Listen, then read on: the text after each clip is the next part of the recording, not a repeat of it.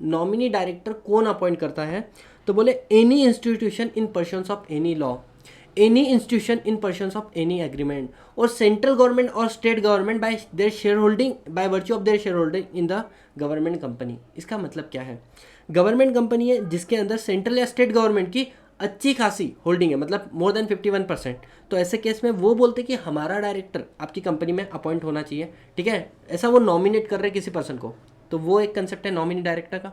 आज के डेट में हम लोग स्टार्टअप इंडिया वगैरह बहुत सारी चीज़ें देख रहे हैं जहाँ पे बड़े बड़े लोग फंडिंग देते हैं हम लोगों को, तो वो लोग भी बोलते हैं शेयर परचेस एग्रीमेंट के थ्रू कि हमारा कंपनी का एक डायरेक्टर आप में, या हमारा कोई पर्टिकुलर पर्सन आपकी कंपनी में डायरेक्टर होना चाहिए, तो वो भी किसी ना किसी को नॉमिनेट करते हैं।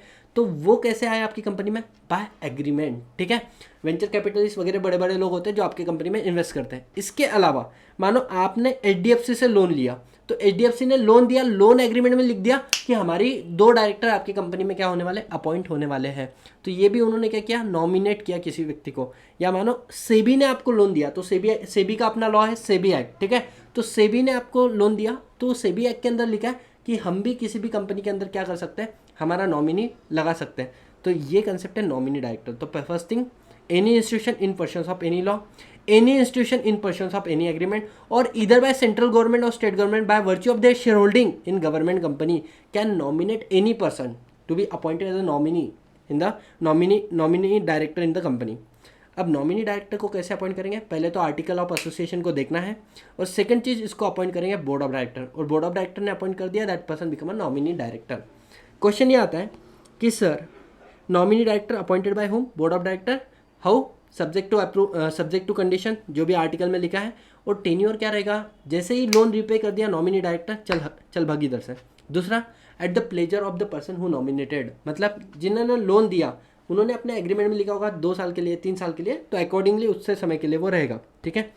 नेक्स्ट पॉइंट आता है, क्या नॉमिनी डायरेक्टर 149 सबसेक्शन 1 में काउंट होता है, मतलब मैक्सिमम परमिसेबल लिमिट। क्वेश्चन है डिपेंड करता है उसको बाय लॉ अपॉइंट किया गया या बाय एग्रीमेंट अपॉइंट किया। देखो सिंपल, कंपनी के अंदर 15 डायरेक्टर है, एग्जिस्टिंग डायरेक्टर 13 है, 3 नॉमिनी डायरेक्टर अपॉइंट करना है, क्या आपको आर्टिकल चेंज करना पड़ेगा। मानो उसको अपॉइंट किया है by virtue of law, in person of law, ठीक है, तो आपको आर्टिकल को चेंज करने की जरूरत नहीं है, यू कैन डायरेक्टली अपॉइंट, ठीक है।